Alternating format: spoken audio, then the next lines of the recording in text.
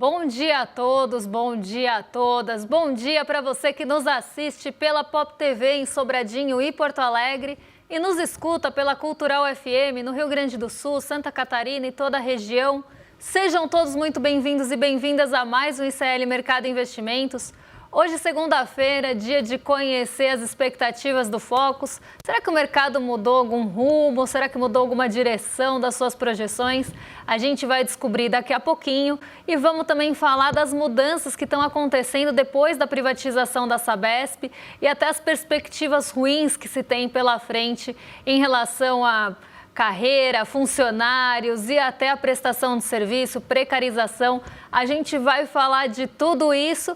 E ainda tem notícias do Laranjão, porque Laranjão sempre está ali nos noticiários, porque ele faz questão de não parar de falar e a gente tem que repercutir isso. Então vamos comentar aí o que aconteceu nesse fim de semana, o que aconteceu da sexta-feira para cá, porque algumas coisas mudaram e trouxeram aí perspectivas em relação não só ao Brasil, mas ao mundão também.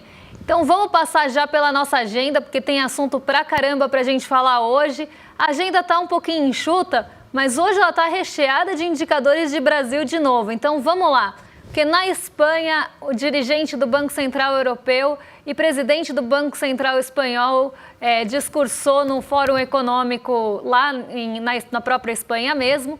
Às 8 horas da manhã saiu a sondagem da construção de julho, que está repetida aí na agenda, mas vamos seguir por aqui. 8h25 saiu o relatório Focus semanal, até o outro índice que hoje ia sair da FGV. Eu vou até confirmar qual que era, porque não era só a construção, eu acho que era o INCC, o INCCM, se não me engano, que ia ser divulgado hoje. Olha aí o André Graziano aparecendo na minha voz.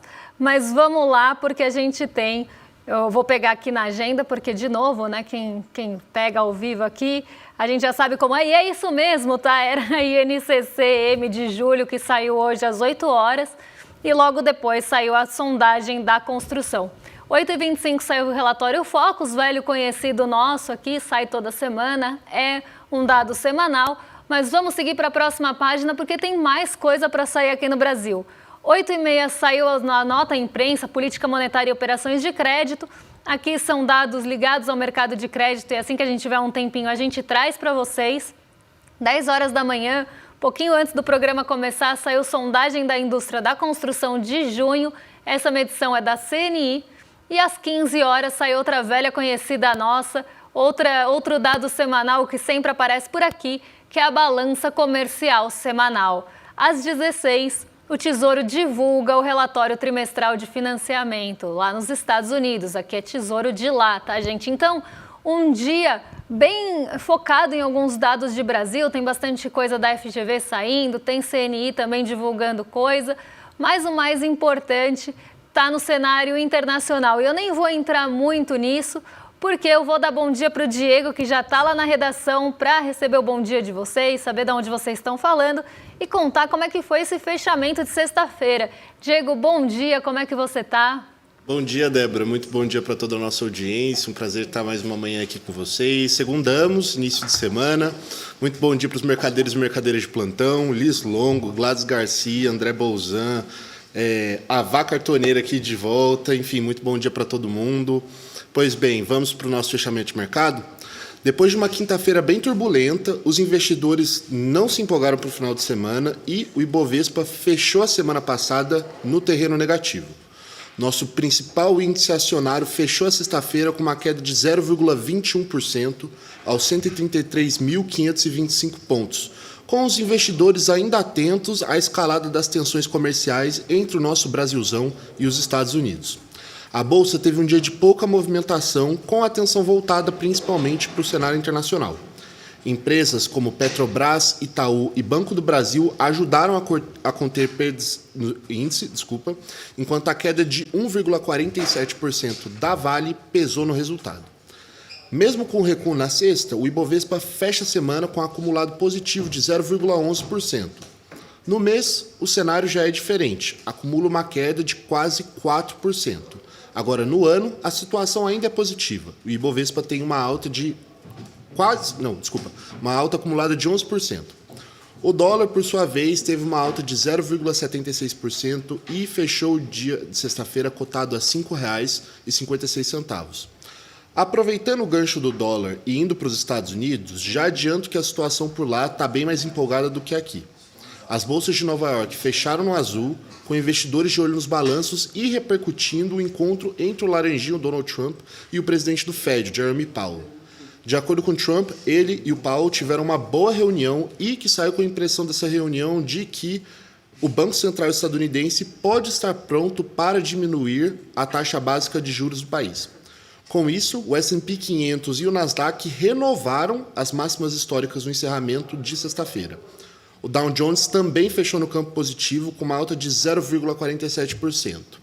Débora, eu queria te passar a palavra perguntando se o tarifaço do Trump é o único motivo para tanto pessimismo na nossa Bolsa Brasileira na semana passada ou tem algum outro fator que está escapando do olhar dos investidores? Ele é um motivo bem grande, né? É um dos principais motivos. O problema é que ele acaba se associando a outras coisas que também acabam sendo uma consequência dessa incerteza causada pelo tarifaço. Então, não o tarifaço em si, porque isso já está praticamente consolidado. Inclusive, Donald Trump reafirmou que no dia 1º de agosto vai ter, sim, a imposição das tarifas em relação aqui ao Brasil. E teve até uma movimentação lá nos Estados Unidos em relação a isso, da parte do Congresso, né? Então, uma parte até de senadores, democratas, acabaram levando, né, questionamentos e críticas em relação a essa tarifa imposta ao Brasil, na verdade, pelos Estados Unidos ao Brasil, justamente porque elas não são muito justificáveis. Quando a gente pega outros países que sofreram aí com tarifas mais altas, quando você olha a balança comercial, quando você olha a relação comercial com os Estados Unidos, esses países tinham superávit. No caso do Brasil, o Brasil é deficitário com os Estados Unidos há anos. Então, nada justifica muito essa imposição de tarifas. E isso acaba gerando uma certa incerteza no mercado. Não a tarifa propriamente dita, porque isso já está sendo discutido faz tempo, mas os desdobramentos disso e quais vão ser os aspectos mais políticos dessa decisão. Porque essa decisão, como eu estava falando agora, como os próprios senadores lá nos Estados Unidos falaram, analistas de mercado têm alertado, é que não é uma decisão econômica, ela tem fundamentos políticos. E quando você tem uma decisão dessa natureza que parte de fundamentos políticos, acaba deixando entender ou até abrindo precedente para que outros países também sofram com tarifas arbitrárias. E isso acaba deixando a confiança em relação aos Estados Unidos bastante abalada.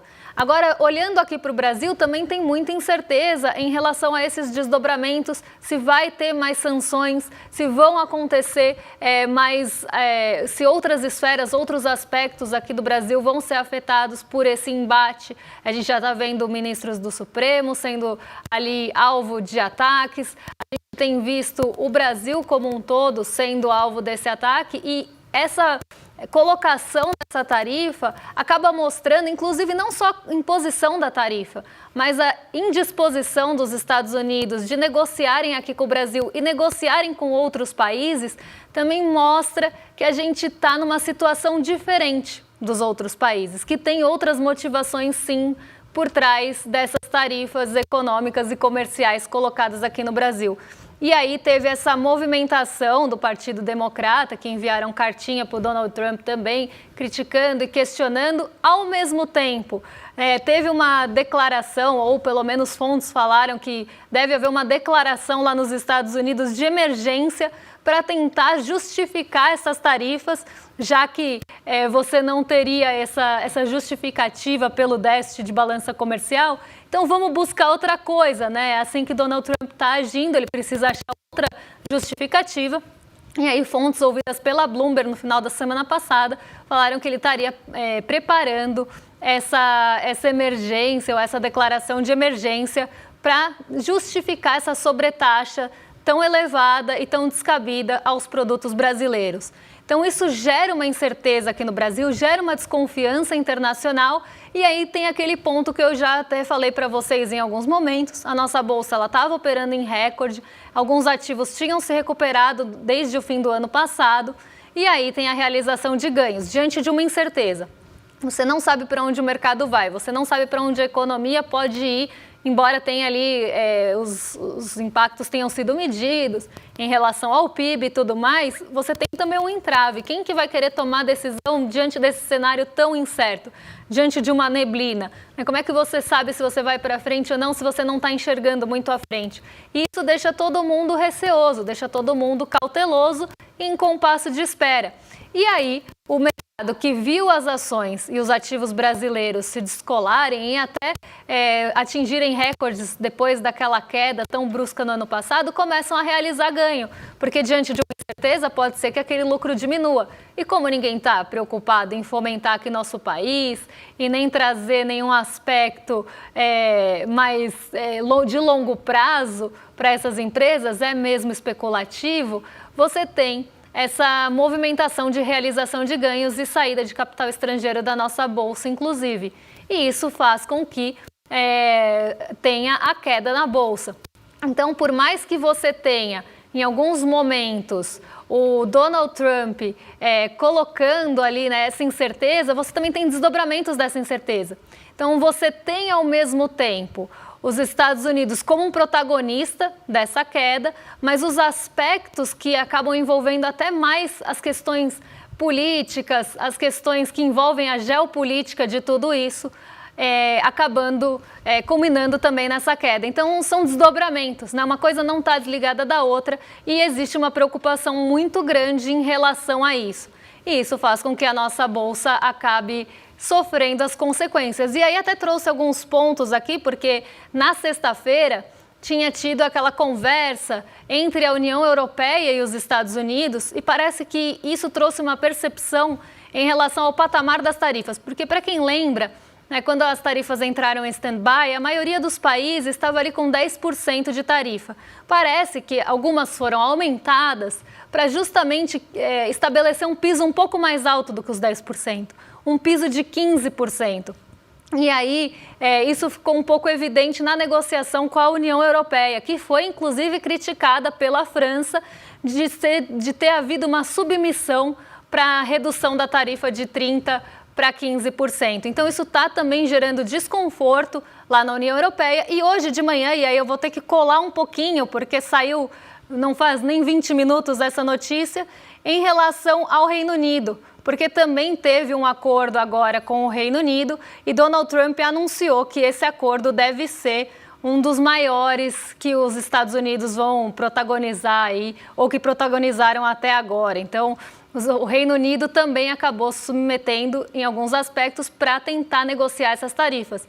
E no caso da União Europeia, que houve também essa conversa no fim da semana, isso foi muito criticado justamente por esse ponto de submissão, porque no final das contas é isso que o Donald Trump quer.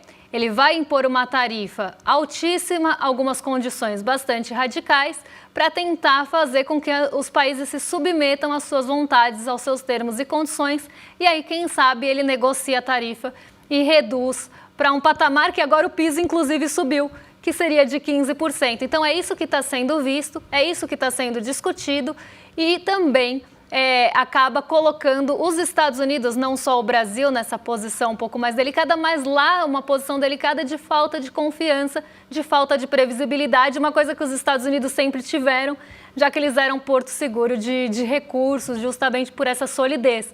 E isso parece que está ruindo aos olhos internacionais. Mas vamos voltar aqui para o nosso Brasilzão agora, porque tem notícia no radar, a gente tem que falar de Focus.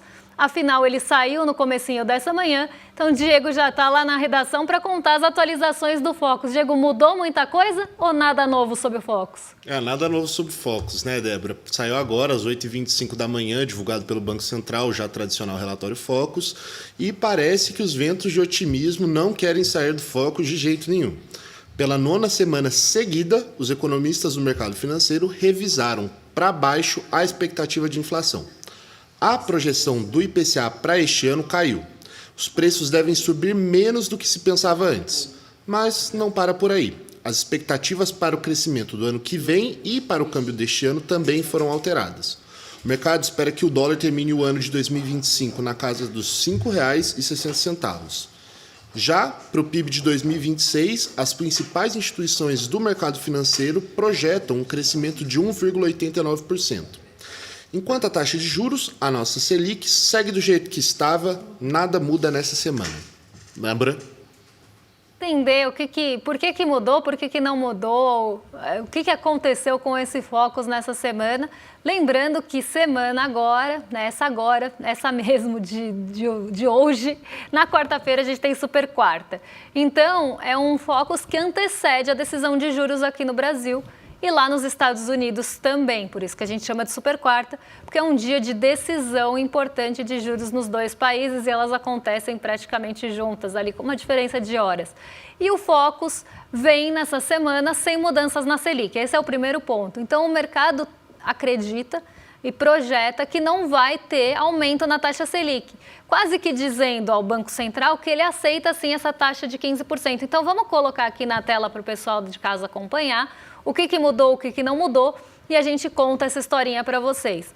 Então, em relação aqui à taxa Selic, o mercado financeiro espera que o Banco Central vá manter essa taxa em 15%, que não vai ter mudança em relação a isso, mesmo com as quedas recorrentes e consecutivas lá no IPCA, que é a nossa inflação oficial. Então, ao mesmo tempo que se espera um controle maior dos preços, ao mesmo tempo em que se espera que os preços não vão subir na mesma magnitude e velocidade que se esperava antes, você tem essa Selic mantida em 15%, quase que sendo falado ali para o Banco Central, olha, a gente aceita, a gente dá a bênção para essa taxa Selic, porque quando o mercado quer, ele faz pressão usando focos, assim como faz pressão também usando as taxas de juros futuros.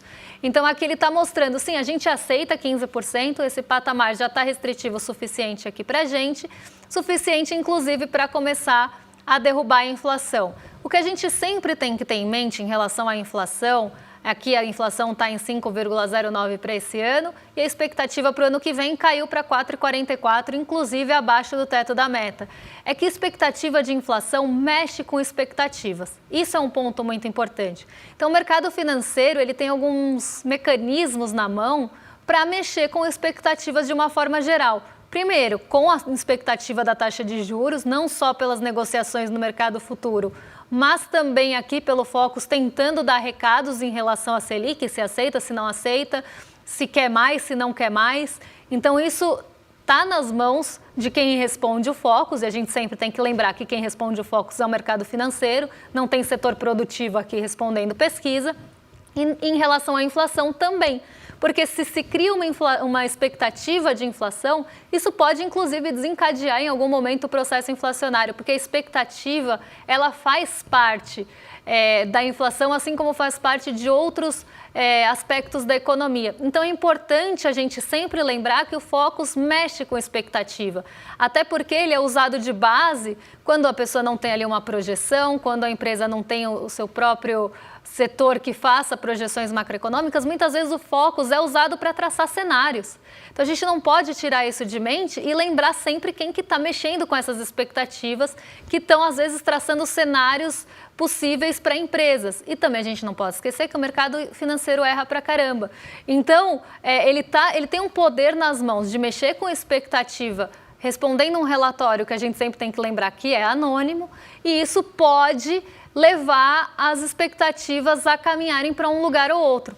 Então, sempre que a gente olha para a perspectiva de inflação e esses ventos de otimismo que o mercado financeiro vem soprando no ouvido e no cangotinho ali das pessoas, tem sempre um porquê. Né? O que o mercado financeiro está esperando aqui? Que a taxa Selic em 15%, é essa historinha que está sendo contada, tá? A taxa Selic em 15% já está restritiva o suficiente, eles aceitam essa taxa, eles dizem sim para a taxa e essa taxa mais restritiva vai fazer com que a inflação caia. Essa taxa Selic vai fazer com que chova? Essa taxa Selic vai fazer com que sejam resolvidos problemas de logística global? Não, não vai fazer nada disso, mas vai fazer com que os serviços encolham, vai fazer com que a expectativa de crescimento fique mais contida, que tenha redução na massa salarial, que você tenha uma desaceleração da economia acontecendo paulatinamente, ali devagarzinho. Então, isso pode ser inclusive mais acelerado do que o mercado espera, mas é essa a história que eles estão contando. Então, vai cair a atividade econômica que estava gerando inflação, porque estava crescendo muito, então agora vai crescer um pouco menos, isso vai começar a reduzir a inflação, justamente porque os serviços e a parte urbana da economia vai começar a ser esmagada, e isso vai fazer com que você tenha a redução da inflação. E ainda tem a via cambial ali, que também entraria recurso aqui para buscar ganho com a nossa taxa Selic altíssima. A gente nunca pode esquecer que esse patamar é elevadíssimo. Entra dólar aqui, faz com que o dólar caia. O dólar caindo também teria um impacto, ainda que limitado, na inflação. Então, essa história que o mercado financeiro está contando. A grande questão e o que eles esquecem de contar acho que aqui são 2 pontos que eles esquecem de contar, não é nem só um. O primeiro é que muito da inflação estava vindo de questões de oferta, então oferta global, logística, questões climáticas, então a oferta estava enxuta. E isso estava pressionando os preços de forma global e não só aqui no Brasil. E o segundo ponto se você desacelerar a economia por meio da Selic, você baixa na marra a inflação de serviços, porque você acaba tirando, inclusive, renda da população e desaquecendo a economia, mas isso não resolve o problema dos preços que estavam sofrendo com oferta. Então, eles esquecem de contar esses pontos, quase que comemorando essa desaceleração do setor de serviços, que é muito prejudicial para a economia. O setor de serviços é super importante para o nosso crescimento, ele tem um peso grande e a gente nunca pode esquecer que tem a renda das pessoas atrelada a isso. Então, parece uma comemoração, mas a gente sempre tem que olhar um pouquinho mais a fundo para entender que não é tão assim bom de comemorar. Bom de comemorar seria, vai ter uma inflação só em queda ali na parte que está pressionando a oferta. Então, teve uma melhora climática, pensaram em alguma política pública que mexesse e melhorasse esses preços. Então, é isso que a gente tem que pensar quando a gente vê o Focus e não só os números ali friamente. E sempre tem em mente, garoto de recados. E não só isso, mexe com a expectativa de vários setores do país que não respondem à pesquisa. Agora a gente vai falar de um assunto polêmico e bem triste, que é a privatização da Sabesp e novas coisas que já começaram a aparecer com essa privatização, né, Diego? Então conta pra gente, parece que já tem mudança no radar. Pois é, Débora. A privatização da Sabesp foi concluída no dia 23 de julho de 2024, já tem um tempinho, mas o processo foi iniciado em 2021 e envolveu polêmicas CPIs e forte oposição de sindicatos, movimentos sociais e muito mais. A venda gerou polêmica, demissões, aumentos nas contas e denúncias de exclusão social. Com a venda de ações, o governo de São Paulo deixou de ser o sócio majoritário e quem ocupou esse espaço foi a Equatorial Investimentos. Ela entrou no jogo e levou 15% da empresa sem nenhuma concorrência. Enquanto a Sabesp promete mais investimentos, tecnologia e lucro para acionistas, precarização, demissão e terceirização, os 3 Ãos, rondam a empresa. Débora? Vamos entender isso aí, o que está acontecendo com a Sabesp. A gente fez um painelzinho para vocês acompanharem aqui com a gente todo esse imbróglio que veio depois da privatização e como ela foi feita. Porque mais do que isso, né? O mercado financeiro está se aproximando e acenando para Tarcísio 2026, não é à toa. O mercado financeiro também levou um presentão de Tarcísio. Então, vamos entender como é que foi essa privatização, resumo do processo. O Diego já contou que foi em julho do ano passado, então faz 1 ano aí que teve privatização da Sabesp, que ela foi iniciada em 2021, depois do marco do saneamento. E a gente teve aí a venda de 32% das ações por 14,7 bilhões. As ações foram vendidas na época a R$ 60, R$ 67, para quem quisesse comprar nessa parte que o governo estava abrindo mão das suas ações para controle da empresa. E agora, depois disso, né, elas passaram para R$ 87 e hoje elas estão cotadas ali em torno de R$ 110. Então, quem comprou a 67 lá no passado, no dia da oferta, e que teve muita polêmica em relação a essa oferta, em relação à transparência de quem teria ou não acesso ali às ações, e eu nem vou discutir isso, mas quem comprou, quem conseguiu, comprou a R$ 67, uma coisa que no dia da privatização já tinha ganhado R$ 20 por ação e hoje em dia muito mais. E aí, a Equatorial comprou 15%, virou a investidora de referência e, como o Diego já contou, sem muita concorrência. Então, esse processo, né, enriqueceu quem comprou esses ativos e quem comprou esses ativos ou por meio de quem esses ativos foram comprados e quem será que teve acesso? Será que foi um investidor institucional? Quem teve acesso a isso, né? A essa compra de 67 que virou 87 e R$110? Por isso que a gente sempre fala que foi um presente para o mercado financeiro de Tarcísio e não se espanta esse apoio todo que ele tem desse mesmo setor. Mas vamos seguir porque agora a gente começa a ver o que veio com isso, né? Então a gente teve não só, né, essa questão que gerou muita polêmica, teve investigação e tudo mais em relação à privatização, mas o que está acontecendo agora depois da privatização concluída. Então o que a Sabesp prometeu?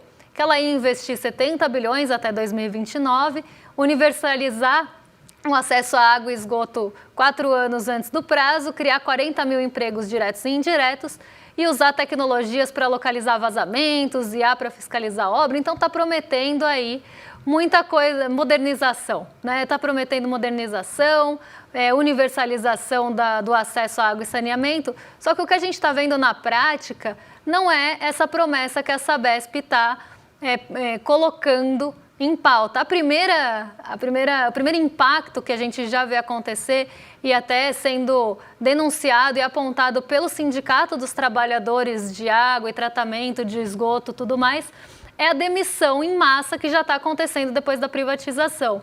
Mais de 2 mil funcionários já foram demitidos depois da privatização e teve adesão em massa do plano de demissão voluntária por medo e incerteza de permanecer lá e ficar numa condição pior ou sair numa condição pior. Porque quando você sai num plano de demissão voluntária, você faz alguns acordos e leva algumas coisas que se você ficar e sair depois, você não vai ter direito. Então, muitas pessoas aceitaram o plano de demissão com medo e incerteza. E aí, o que o sindicato está apontando como possíveis pontos, né, e que vão acontecer agora? Então, o que eles estão aí temendo? Que tenha terceirização e precarização, então que esses funcionários que estão saindo vão ser vão ser substituídos por empresas terceirizadas, por funcionários terceirizados e precarização desse serviço, não só em relação à qualidade dos empregos e tudo mais, mas também a prestação desse serviço, redução das equipes, porque se vai reduzir a equipe e vai ter ali menos pessoas para tentar aumentar a receita, a margem de lucro. Então, você aumenta a receita, você diminui o custo, você aumenta a sua margem de lucro. Normalmente, é isso que uma empresa que é privatizada faz. Então, aqui, a redução do quadro de funcionários levaria a mais acidentes, a precarização da prestação desse serviço também. E, por final, aqui, podem colocar aí na tela de novo, menos poder público nas decisões, afinal, você diminuiu esse poder. Agora, vamos ver para as pessoas em casa. Porque ainda assim, né, ainda tem, segundo o sindicato, a redução da equipe vai aumentar acidentes como rompimentos de tubulação, demora para conter vazamentos, apesar de toda a promessa de modernização, e falta da manutenção preventiva que a gente já vê acontecer também em outros projetos de infraestrutura que foram privatizados, tipo a energia elétrica, que sofrem já com tudo isso. Então, o grande medo é que isso vá acontecer na água e saneamento, e a gente nunca pode esquecer que a gente está falando de um monopólio natural. A gente está falando de água e a gente está falando de saneamento.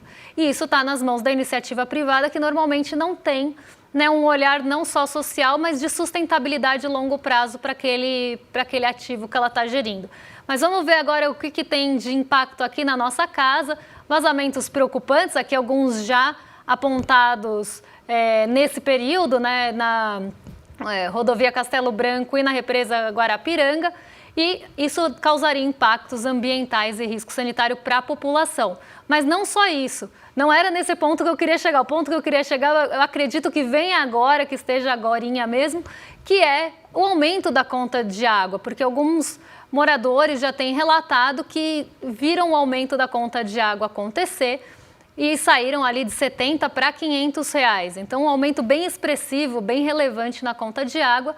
Então, a gente sempre sabe, né? Os lucros, eles são privados, mas os prejuízos normalmente são públicos. Então, tem essa busca incessante pelo lucro, que vem por meio de um aumento de receita, sem a preocupação que aquela água vai chegar a quem precisa, se vai chegar num local com menos acesso, se não vai, não tem essa preocupação, vai cobrar mais caro por isso, vai reduzir o quadro de funcionários para reduzir o custo, que vai precarizar o serviço também, e não só vai chegar mais cara, como de menor qualidade na nossa casa. E tudo isso né, dando de presente uma ação para o mercado e para quem comprou que valia 67 e passa aí para R$110. Eu tive que passar meio correndo por esse assunto, mas se der eu volto depois para contar os aspectos, porque agora eu vou só convidar vocês brevemente para se inscreverem no nosso iclmercado.com.br para o ICL Eterno. Já batemos 5 mil, pessoal, ou ainda não? Ainda não. Então, vocês que entrarem agora no ICL Eterno, no iclmercado.com.br, ainda tem direito àquela arte seriada do Cândido Portinari, né? Uma reprografia aí da arte do Cândido Portinari e também o nomezinho lá no Centro Cultural do ICL, no mural. Então ainda está valendo, pessoal, as inscrições vão ficar abertas, mas esses prêmios, como eles são seriados e são só para os 5 mil primeiros, ainda dá tempo de garantir. Não vou passar por tudo, embora tenha assistido ontem o encontro inteirinho e até por isso estou com um soninho hoje de manhã, mas vocês estão com eles aí na tela e amanhã eu conto tintim por tintim do que tem de brinde, o que tem de novidade no nosso ICL Eterno. Agora vou arrastar para cima e jogar para os nossos vizinhos de cima, o William Deluca e Guga Noblar, porque eles já estão lá para receber vocês e eu tô levemente atrasada. Um beijão e até lá, pessoal! Título ICL Eterno, o documento que te comprova o seu vínculo vitalício com a maior comunidade de conhecimento independente do Brasil. Acesso ilimitado a todos os cursos e conteúdos. Participação vitalícia em todas as novidades que o ICL lançar. Apoio na construção dos nossos sonhos. Seu nome eternizado como apoiador do ICL. Não é assinatura, não é renovação. É conhecimento para você e para sua família para sempre. ICL Eterno, porque o conhecimento liberta para sempre.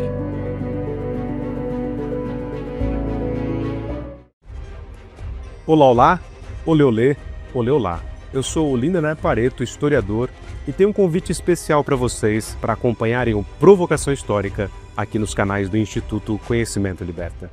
Toda quarta-feira, às 7 da noite, logo após o ICL Notícias segunda edição, convidados e convidadas que ajudam a gente a pensar o passado, a criticar o presente e a projetar alternativas de futuro para um Brasil diferente, para um mundo diferente. E se no cotidiano dificílimo do trabalho você perdeu o episódio inédito, não se preocupe, você pode assistir também toda quinta-feira a reprise, logo após o Rolê ICL, ao 12h30. Venha para o Provocação Histórica.